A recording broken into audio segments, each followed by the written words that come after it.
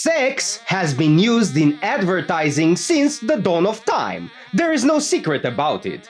On billboards, on posters, in movies, in music videos, to sell discs, to sell cars, to sell seats in the theater for the latest Michael Bay movie, even in commercials to sell fast food, ice cream, and another consumer garbage. But what if I told you that sex has been used and most recently has been the primary catalyst for selling war? It is an old psychological subversion tactic, but made with new tools and to sell new wars to the stupid young guys full of hormones and brainwashed by years and years of internet pornography. First and foremost, let's understand why sex is used to sell war to men. The short answer is because men are disgusting pigs that always stink with their dicks. Well, she's not wrong. However, the long answer is because it is a pretty ingenious and effective way to tap into the deep desires of men, to tap into the so-called lizard brain of man, a primordial desire that has been exploited since the dawn of civilization, used for control, of course, used to soften the hearts of men and make them obedient. It is much easier and much more effective to give weak men pleasure than to force them to do what you want them to do. Fun fact! The KGB agents from the Soviet Union and the CIA agents from the USA used this very tactic during the Cold War to make government officials of other countries talk. And they told them whatever secrets they wanted to extract from them. They gave them alcohol, they gave them women, they gave them the most luxurious delicacies, and they sang louder than a choir of canaries. Figaro! But nowadays, the internet, and most precisely TikTok, shorts on YouTube, or reels on Instagram, are used to sell the Middle East war to horny teenagers full of testosterone. The infamous gun waifu. Yeah, I'm not kidding. This is her actual Instagram name. Lord have mercy. These young women are paid by the IDF and the US Army to make TikToks, to make addictive videos. They film themselves in seductive positions or hop on the latest trends, the latest TikTok dances to appeal to the Gen Z to enlist in the IDF or the US Army and fight their wars. Selling this fantasy that being a soldier is sexy, being a colonial expansive power is cool, and all the young girls and guys are doing it, tapping into the social pressure of young men, thinking that if they join the IDF or the US Army, they will get girls, they will have this cool lifestyle, staying in a military tent, driving helicopters, driving tanks, and not being funneled into the cannon fodder to fight Hamas or Hezbollah and genocide Muslims throughout the Middle East. No! Bro! You won't have your gun waifu. You won't have this cool, sexy lifestyle of being a soldier. You will eat expired MREs, sleep 3 hours a night if you're not on duty, then you will be up all night, or you will be obliterated by Iranian hypersonic missiles. Such a fun lifestyle, don't you agree? This tactic of subversion or brainwashing using sex to sell a foreign war to the American, to the European, and to the Israeli youth is called bikini diplomacy. Gal Gadot is the perfect example of a Trojan horse to convince young men to join the IDF, to sell their stupid wars. A tall, fit, sexy Israeli girl served in the IDF now is a Hollywood superstar. What more could you want? That could be your life. So join the IDF, goy! Another fun fact. The gun waifu, yeah, this blonde girl that has an OnlyFans and films herself having sex on camera for all you American cockholds to join the IDF and die for Israel. Yeah, she's not even Jewish. She's not an Israeli girl. Her real name is Natalia Fadev. And she's Russian!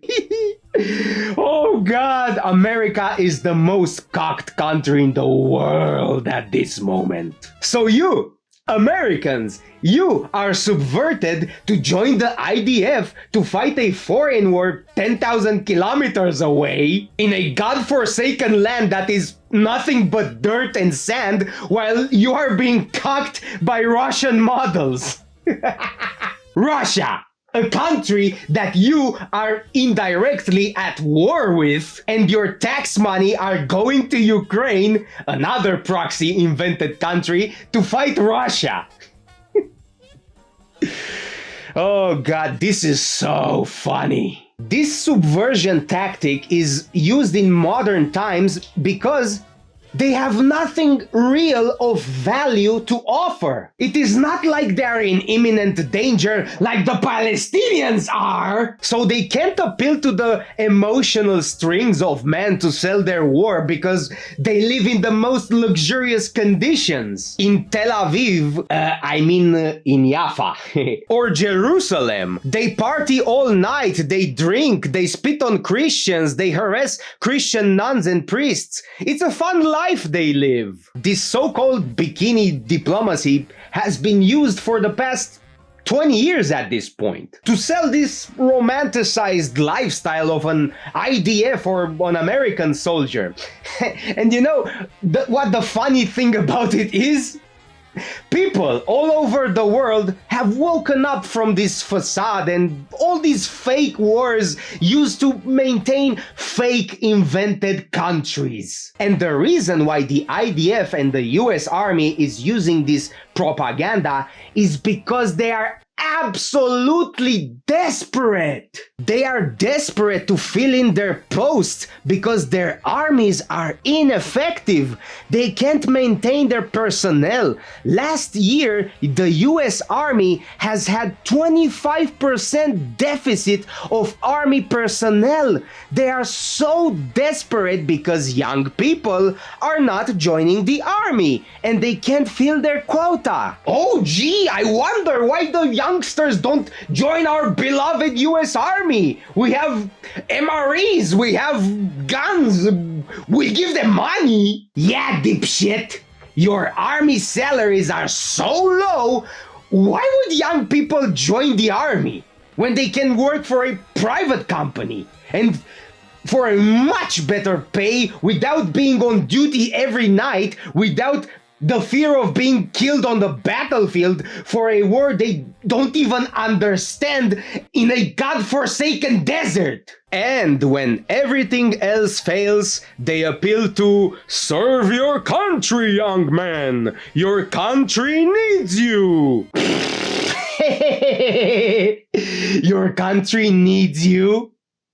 Yeah, right. Let me ask you something. Where was the country when actual patriots, when actual nationalists voiced their opinions, voiced their concerns about their country, about their people, about their race, when they know your state is corrupt to the bone and they know you are trying to replace them by bringing in millions of immigrants from poor countries, and they know you are trying to replace them because they know you bringing those immigrants to vote for you, and they know you are trying to undermine them when you actively keep them poor, when you tax people into oblivion, when you make life so hard for them to pay their mortgages, to pay their bills, to pay their college debts, to pay their rent, to actually exist. You, the US government, have the audacity to ask them to fight for you in your proxy wars? Oh my God. You are so out of touch with reality, and you deserve the worst to happen to you. Sorry for the heated rant, but I find it absolutely disgusting when Western governments hate their people and make their lives miserable and bring in millions of immigrants to outbreed them and eventually replace them, and then they expect us to fight in their proxy wars? No thanks. Bibi, I'm gonna be real with you, pal. I'm not fucking dying for Israel. Now I want to state some political facts about the upcoming US election, where they advertise it as the most important election in the history of the country. Oh gee, how exciting. I get to choose between a corporate puppet and another corporate puppet.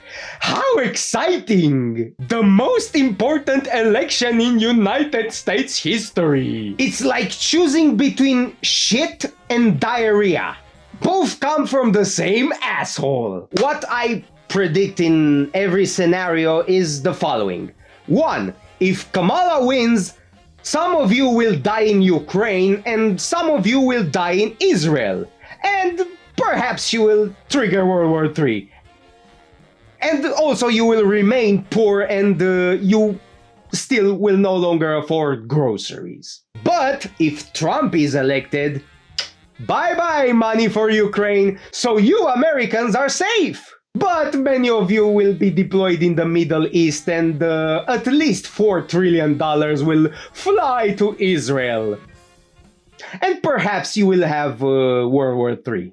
So, pick your poison, I guess. Bottom line is that this tactic of subversion and brainwashing using sex to sell war is used on you because you are weak. Because young guys full of hormones, when it comes to their dicks and their pleasures, are the most gullible and the most obedient creatures known to men. This is why you will always be weak. This is why the government, the movie industry, will insert subliminal sexual messages to you, and of course, internet pornography will keep you weak because you allow it.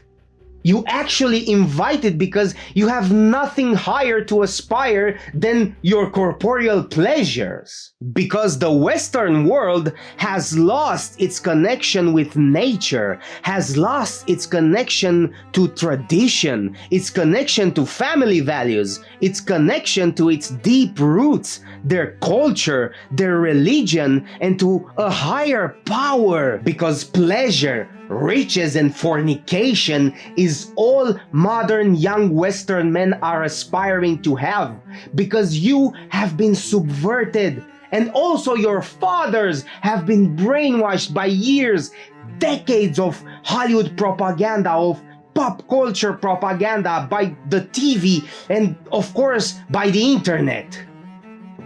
God, I sound like an Orthodox priest at this moment. Maybe I should become a priest.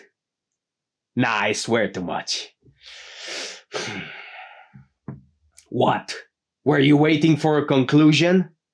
Yeah, okay. The conclusion is stop being a coomer and don't die for a country that hates you. Subscribe, you silly Billy.